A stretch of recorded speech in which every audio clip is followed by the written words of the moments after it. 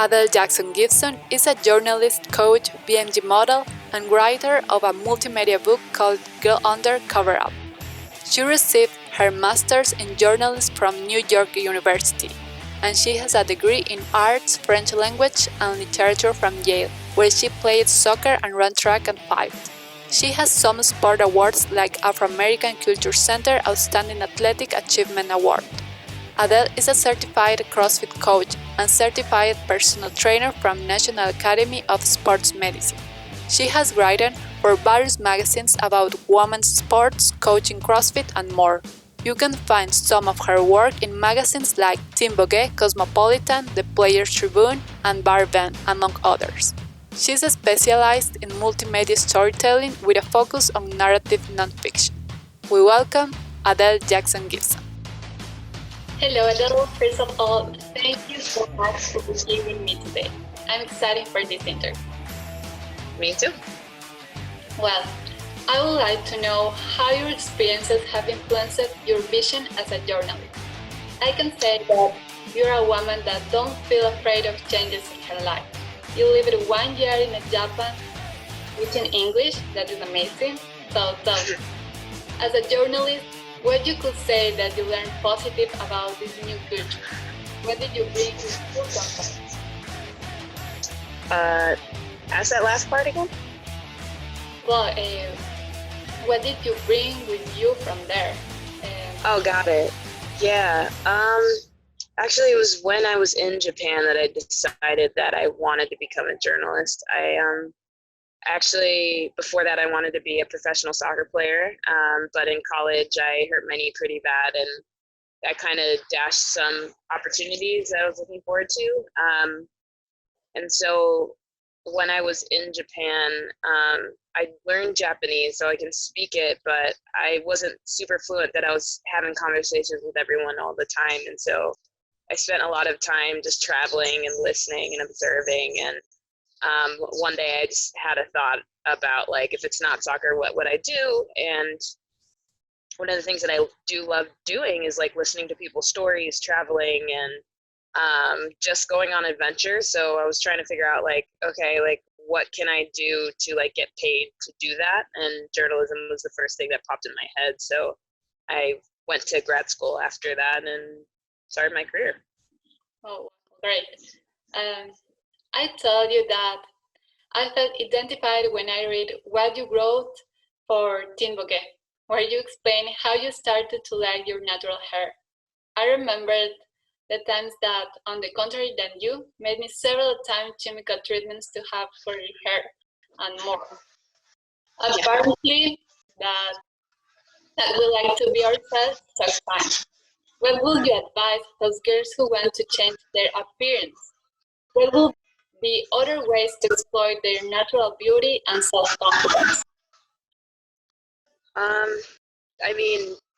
I still have doubts sometimes about changing my appearance. I'm currently, I do modeling on the side, and sometimes I think about what others might think if I wanted to dye my hair blonde, for example. I've had a few people, ever since I cut my hair really short, were like, you should go pink. And I'm like, I don't know if that's a good idea. My manager would be so mad at me. So I do have that voice sometimes telling me, no, I can't be this or can't be that. So I still struggle with that sometimes, but I think the best advice I can give, because like everyone's going to be judging you and your looks, is to really just like develop a relationship with yourself in the mirror. Like for a while, I've been saying like affirmations to myself in the mirror, like telling myself that I love myself, or even sometimes when that's difficult, I say I'm willing to love myself. I like take it a step back.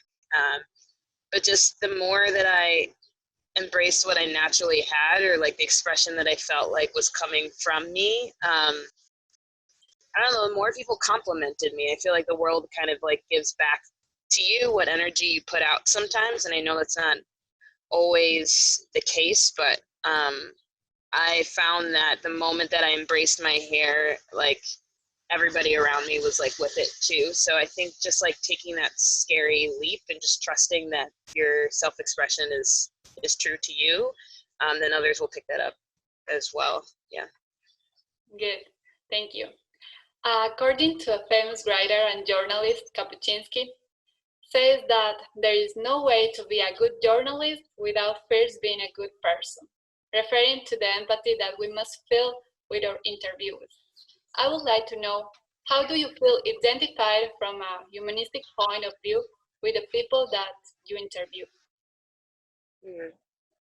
Well, while I do understand that it is impossible for me to understand every person's experience, I think I do understand that we all go through the same emotions to varying degrees, but I can always like connect with somebody and tap into somebody's experience through the emotion that that experience generated. And so I think that one of the reasons why I got into journalism was because I wanted to like share stories so that people could connect to people, and not just like see others as characters or as like, I don't know, just like stereotypes. You know, I feel like stories are so powerful, and putting yourself in another person's shoes, maybe not directly but indirectly, and you can then, despite like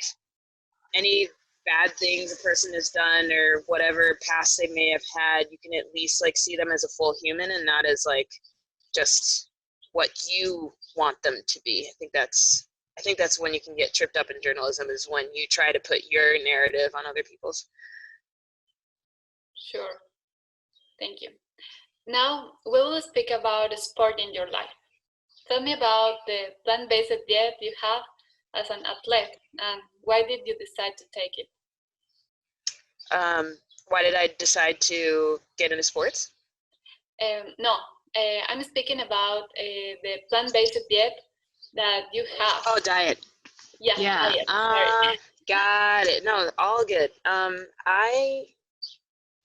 So I'm not as plant-based as I used to be, but I did choose it for about 2 years. I was pretty consistent with it, mainly because I felt like, one, I live in New York City, and sometimes I go to the grocery store and I look at the chicken cutlets and I'm like, that looks disgusting. And fish got expensive. So actually the main reason why I went plant-based was because I didn't want to spend more money on fish, and the chicken looked bad, and I don't really eat red meat. But after that, I realized that I was not as bloated, that I wasn't experiencing as much indigestion or anything like that. And so I just kind of stuck with it. I ended up losing some weight. I didn't end up like feeling as tired as some people might feel, or, you know, there's a lot of athletes that say like, oh, you need to have X amount of protein a day. I didn't feel like I was having any of those issues, but I know that my training has changed since. So yeah, I just kind of stuck with it, and just feel like in general, this is my opinion, that we consume way too much meat. And it's just kind of my part in just like reducing that demand, and just getting more vitamins, more plants in my life. I understand. Well, you talked in another interview about how you didn't like sports when you were little, and you start to play with it. There are people who perhaps, because they don't know the variety of sports, or they think that they are not good for sports due to their inexperience, they leave it. What do you think from your experience should be the first steps to relate sport? Yeah, that's a good question. I mean, I feel like there needs to be a shift towards like, I don't know what I think I know what I'm saying. Yeah, so I feel like people try to get forced into sports in the sense that they think that, oh, like if I start to pick up tennis, I have to be good at it to like it. And I don't think that's necessarily true. I mean, it's a fact. It could be a fact for you that like tennis just doesn't do it for you, or you don't like soccer for whatever reason. And I think we all need to find our version of movement. It doesn't even have to be a sport that we really enjoy. I think physical expression is really important. But I think what gets really troublesome, particularly for women in America, is that we feel like we need to, in sports, we have to be good at it for it to be valuable. I feel like guys like go out to the court and they're just like dribbling basketball and playing, and some of them suck and some of them are great, but they're all having a really good time. And so as adults, like we lose that sense of like play. And I think it's really important to center whatever you're doing. It doesn't even have to be sport, it could be dance, yoga, Pilates, whatever, ecstatic dance. I don't know. It could be anything. Is to really find that play aspect. So, yeah. Yeah, sure. And what is your advice for those people that start the sports late, but compete against people that start very early? What sport mentality or mindset should they have? I think the mindset should be just going in with an open mind and just recognizing where you're at, being like, okay, like I'm learning this sport, and there are other people that are experienced than me, but that doesn't mean I don't belong here. That doesn't mean I'm not meant to play. Just like I can learn from these other people, I can work on skills on my own, and I could just like use this as like an experiment, not like I'm trying to go for Olympic gold or something, but just like really just like recognize like how your body's moving on the field or the court or whatever. How did you feel afterwards? What sort of connections are you making with people? Yeah, just takes a mindful approach. Okay. I heard you talk about spirituality in a podcast, so I want to know what is the connection that you have discovered between the body and spirituality, and how could this be related to physical exercise?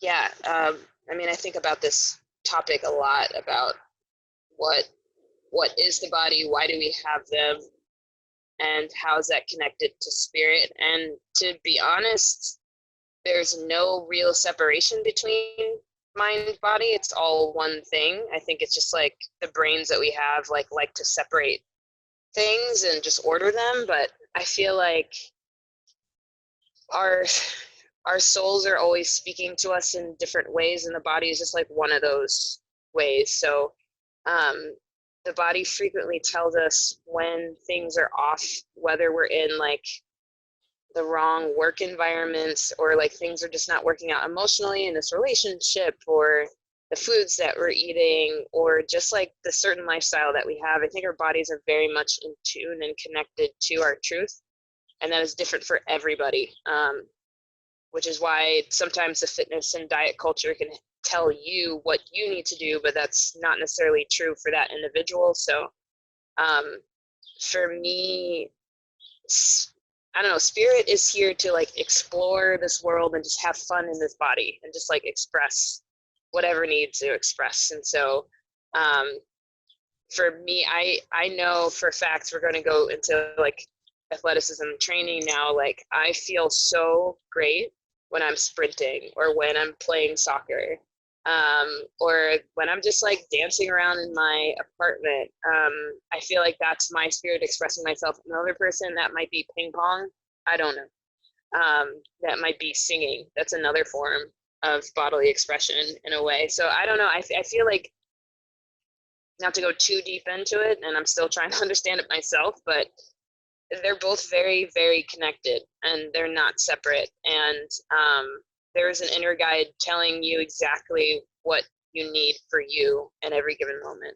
Well, to finish, what is your vision about the future, about women's sport on a competitive level, considering that men still dominate the attention of the sports sceneries? I ask you this thinking in the 7th chapter of your multimedia book. You think in the future women's sport will have the same public attraction like the men's sports or beauty pageant? Do you think it can happen? I think it can, and I think it's starting to happen now, actually. I feel like there's a lot of structures that are being, and I'm talking about like patriarchal, just like things being dominated by men. I feel like we're seeing now that those systems, and we've known for a while that male-dominated systems are harmful to the whole, right? And there needs to be more balance, and we're turning towards appreciating women more, and all types of women. And I think it's been a painful journey. It's been a trying journey. It's been confusing and dark for a lot of people, but I feel like we are starting to turn towards like paying women more, towards just seeing like how gifted they are in their sport. And I think we're also shifting away, and I hope this is happening, is that we're not comparing women to men's sports. I think it's okay for women's basketball game to look different than a men's basketball game, for example. Like, they're just both different expressions. They're both equally valuable, and I think we're beginning to understand that. Yeah. Well, thank you very much for this interview. We hope to know more about you very soon. Have an excellent afternoon. You too. Thanks. I can leave, right? Just make sure. You Okay. can. Bye. Okay. Bye.